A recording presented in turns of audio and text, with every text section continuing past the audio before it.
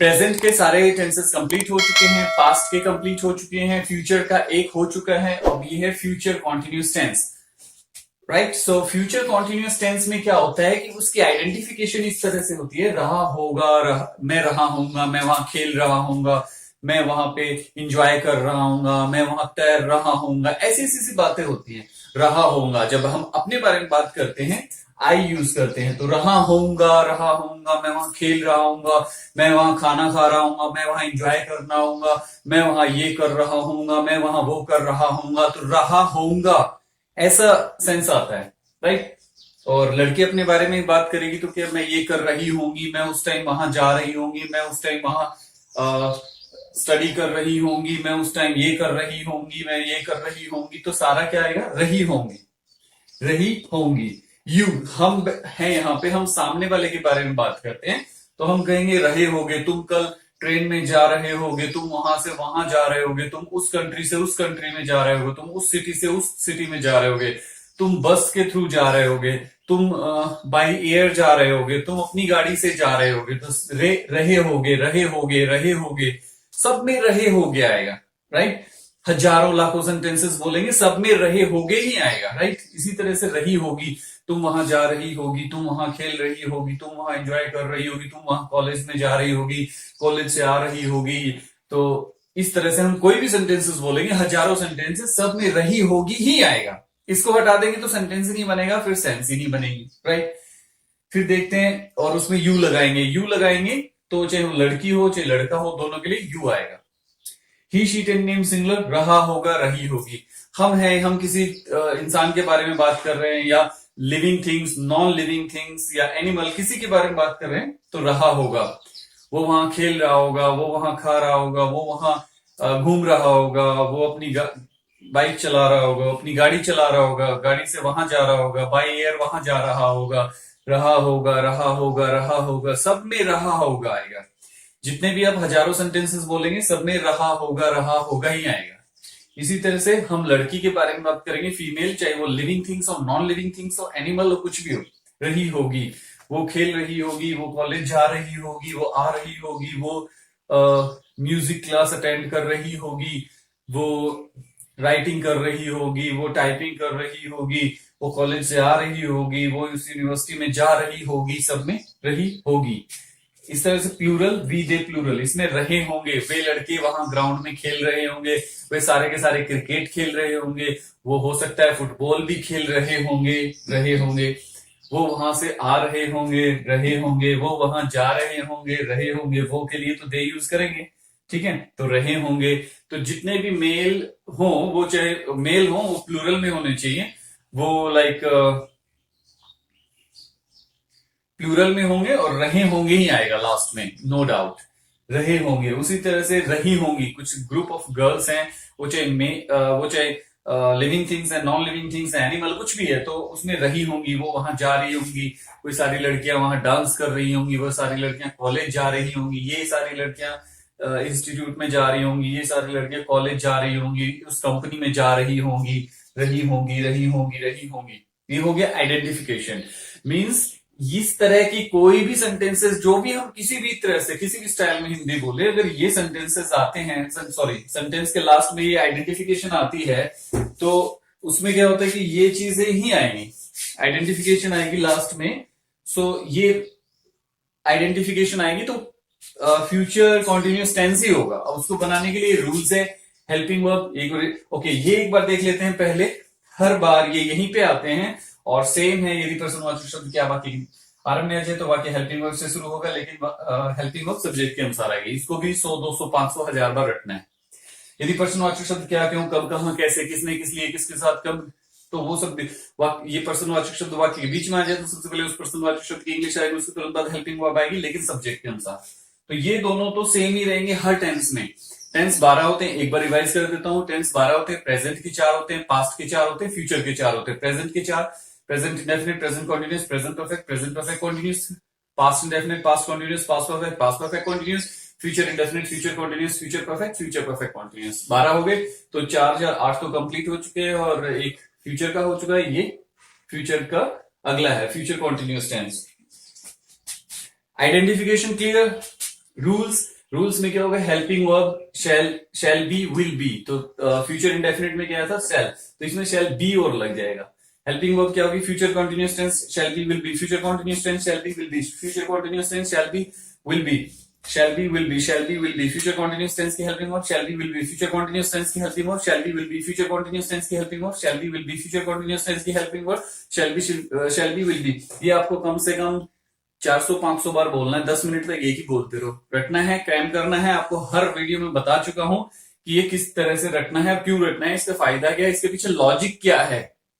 अगर हम सोचते हैं हम तो इंटेलिजेंट है, हम नहीं रटेंगे, ऐसा नहीं है वैसा नहीं है, तो रिजल्ट नहीं आएगा, राइट। वर्ब की फर्स्ट फॉर्म आईएनजी, क्यों, कंटिन्यू इसलिए। फ्यूचर कंटिन्यूअस टेंस वर्ब की first form ING, future continuous tense verb की first form ING, future continuous tense verb की फर्स्ट फॉर्म आईएनजी। ये भी आपको कम से कम 10 मिनट तक ये रटना है। फिर आई वी के साथ ये जैसे रूल बताया था, पुराना रूल है, राइट। सो वी और आई और वी के साथ शैल बी, और बाकी ही शीट इन नेम सिंगुलर और यू वी दे प्लूरल के साथ विल बी। लेकिन अब ये मोस्टली विल बी यूज कर रहे हैं, तो आप भी कर सकते हो, अदरवाइज रूल के लिए लिख दिया है कि पुराना रूल है shall be. He sheet in name singular will be, he sheet in name singular will be, he sheet in name singular will be, he sheet in name singular will be. आपको इसको ऐसे रटना है, he sheet any name singular will be, he sheet any name singular will be, he sheet any name singular will be, he sheet any name singular will be, he sheet any name singular will be, he sheet any name singular will be। okay, you be the plural will be, you be the plural will be, ये हो गया। उसके बाद ये rule same है।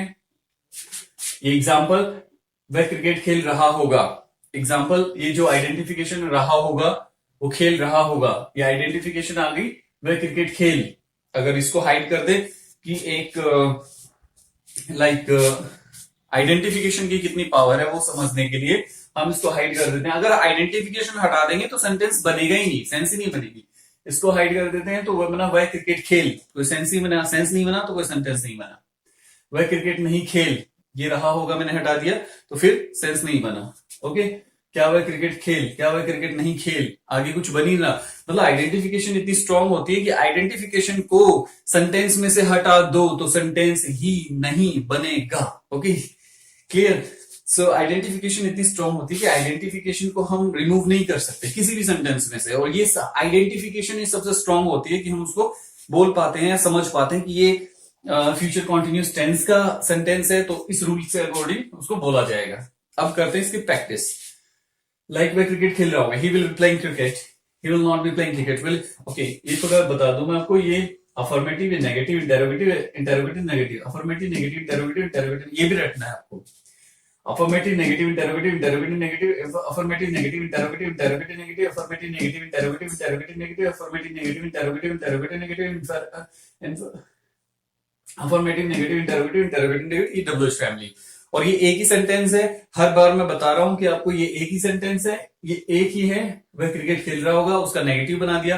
वह cricket नहीं खेल रहा होगा, ये इसका इंटेरोगेटिव, उसी सेंटेंस का इंटेरोगेटिव बना दिया। क्या वह क्रिकेट खेल रहा होगा, क्या वह क्रिकेट नहीं खेल रहा होगा, वह क्रिकेट क्यों खेल रहा होगा, वह क्रिकेट क्यों नहीं खेल रहा होगा, कहाँ खेल रहा होगा, वह क्रिकेट कहाँ नहीं खेल रहा होगा। एक ही सेंटेंस है, इसके सब अलग अलग अपर नेगेटिव, इंटेरोगेटिव, इंटेरोगेटिव, नेगेटिव बना दिए गए। ठीक है, तो आपको इसको प्रैक्टिस करना है। प्रैक्टिस किस लिए करनी है, क्योंकि इसकी वजह से, ये प्रैक्टिस करने की वजह से आपको subject plus verb plus object plus ये प्लस वो, ये कंफ्यूजन नहीं रहेगा। आपकी जबान पे ये सारी चीजें सेट हो जाएंगी। ये रूल हैं, ये रूल आपके बिल्कुल कंप्लीट हो जाएंगे। स्ट्रांगली जब भी पूरी स्पीड से बोलोगे इंग्लिश, कोई प्रॉब्लम नहीं आएगी।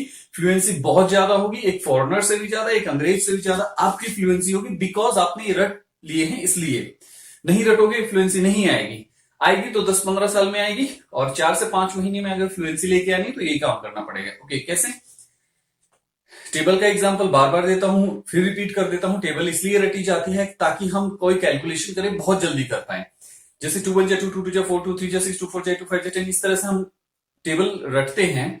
उसका फायदा ये होता है कि अभी हमें कैलकुलेट करना हो, मल्टीप्लाई करना हो, बहुत जल्दी हम कर देते हैं, राइट। वो 1 सेकंड के 2 1 2 2 4 2 3 6 2 4 2 5 10, कितनी जल्दी, मतलब 2 सेकंड में 5 चीज बता दी। यानी 1 सेकंड के 10वें हिस्से में हम बोल देते हैं विदाउट डाउट। हम अपने पे डाउट नहीं करते कि 2 1 2 2 2 4 नहीं होता होगा, 2 3 6 नहीं होता होगा, शायद कुछ और होता होगा, ऐसा हम डाउट नहीं करते। इसी तरह से इसको रट लोगे तो आपके मन में कभी भी इंग्लिश बोलेंगे फ्लुएंटली तो आप में डाउट नहीं आएगा कि कहीं आपने ग्रामेटिकल मिस्टेक की है या नहीं की है, वो डाउट बिल्कुल नहीं आएगा। वो डाउट रिमूव करने के लिए इसको इतना क्रैम करो, इतना क्रैम करो, इतना कि कितनी भी फ्लुएंसी के साथ बोलो, कोई भी आपको आपके कॉन्फिडेंस को हिला ना सके। सपोज करो कि एक अच्छा इंग्लिश बोलने वाला है, वो आपको ये कहेगा कि आपने मिस्टेक कर रहे हो, आप यहाँ पे मिस्टेक कर रहे हो। अगर ये अच्छी तरह से नहीं रट रखे होंगे ये रूल्स, तो आप सोचोगे हाँ हो सकता है मैं गलत बोल रहा हूँ। फिर वो आप किसी साइट पे जाओगे, देखोगे कि कहाँ क्या आएगा, वर्ब पहले आएगी, हेल्पिंग वर्ब पहले आएगी, सब्जेक्ट पहले आएगा, सही है गलत है। इतना टाइम किसके पास है? किसी के पास इतना टाइम नहीं है। तो वो पास्ट में जाके, मतलब बैक में जाके अपनी सारी चीजों को देखे, रीड करे, वेस्टेज टाइम। एक जगह इंसल्ट हो जाती है कि वो पास्ट में जाके इतना कुछ देखना होता है, वेस्टेज ऑफ टाइम हो गया। इसलिए जो भी टाइम लगाना है स्टार्टिंग में अभी यहीं पे लगा दो, ओके।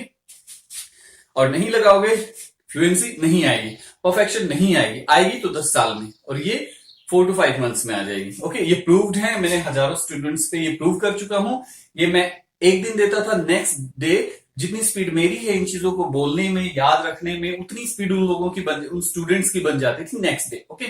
सो ये प्रूव्ड है, इसमें कोई अंदाजा नहीं लगाना कि शायद होगा या शायद नहीं होगा। ऐसा कुछ नहीं है कि शायद होगा या शायद नहीं होगा। परफेक्ट है और प्रूव्ड है, ओके। इसको कितनी बार के एक ही सेंटेंस को 10 मिनट तक बोलते रहो। He will be playing cricket. He will not be playing cricket. Will he be playing cricket? Will he not be playing cricket? Why will he be playing cricket? Why will he not be playing? कुछ भी बनाते रहो। ये तो 4 आएंगे, उसके बाद 2-2 के जोड़े बनाएंगे। आगे भी बना सकते हैं जब तक सेंस आती रहे। सेंस मतलब उसकी सेंस बनती रहेगी। जैसे मैंने बना why will he not be playing cricket why will he not be playing cricket? ये सेंस बन रहा है तो सेंटेंस बन गया। सेंस जहां बनेगा उसको सेंटेंस माना जाता है, right. So near about complete हो चुका है। सो एक बार he will be playing cricket, ये हो गया। इसको बोलते रहो 10 मिनट तक। 10 मिनट के बाद दूसरा कोई सेंटेंस ले लो। He will be driving a car, ठीक है। He will not be driving, will he be driving, will he not be driving, why will he be driving, why will he not be driving, how will he be driving, how will he not be driving. So वो बना दो। फिर उससे अगला sentence ले लो कि he has been playing, he has not been playing, has been बता दिया मैंने, सॉरी रॉन्ग हो गया। ये लाइक रहा होगा का है, okay. So he will be playing, he will not be playing। इस तरह का कोई और ले लो, like you will be writing a letter, you को लेके you will be writing a letter, you will not be writing a letter, will you be writing a letter, will you not be writing a letter, how will you be writing a letter, how will you not be writing a letter, when will you be writing a letter, when will you not be writing a letter, what time will you be writing a letter, what time will you not be writing a letter, with whom will you be writing a letter, with whom will you not be writing a letter, to whom will you be writing a letter। सो इस तरह की कोई भी sentence बना लो और उसको, लेकिन एक ही सेंटेंस को बार बार बोल रहे, एक सेंटेंस को पकड़ लो, उसको 10 मिनट तक उसी के पीछे लगे रहो। क्यों? क्योंकि आपकी जबान पे फॉर्मेट सेट करनी है, ताकि जब भी आप ये यूज करो विल बी अपनी जगह सही लग जाए, नॉट अपनी जगह सही लग जाए। क्योंकि इसमें होता है ना विल, ही, subject, not plus be plus I, first form plus ING, इसकी इतनी प्रॉब्लम ना हो और हर चीज बी अपनी जगह लग जाएगा, नॉट अपनी जगह लग जाएगा और आप परफेक्ट हो जाएंगे उसमें। आपको ये याद नहीं रखना पड़ेगा पहले बी लगाऊं या पहले नॉट लगाऊं, पहले सब्जेक्ट लगाऊं, पहले ऑब्जेक्ट लगाऊं, ग्रामेटिकली सही हूं मैं या नहीं हूं। तो ये चीज तो आपको कंफ्यूजन नहीं होगी, राइट। तो लाइक एग्जाम्पल कोई बात करेगा, where will he be playing, what will he be playing, वो क्या खेल रहा होगा, ऐसे ही पूछेंगे ना क्वेश्चन।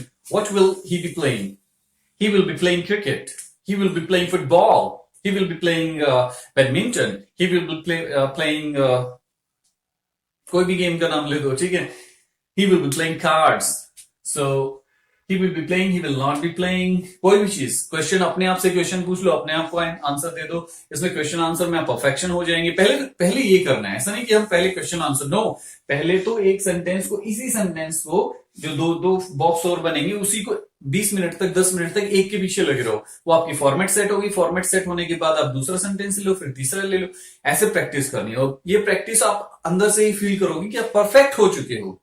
और जब आपको ये फीलिंग आ जाए परफेक्ट हो चुके हैं, तब वो क्वेश्चन आंसर वाला सेशन स्टार्ट करो। ऐसे नहीं कि पहले से ही क्वेश्चन आंसर, नो, कोई फायदा नहीं होगा, फिर फ्लुएंसी नहीं आ पाएगी।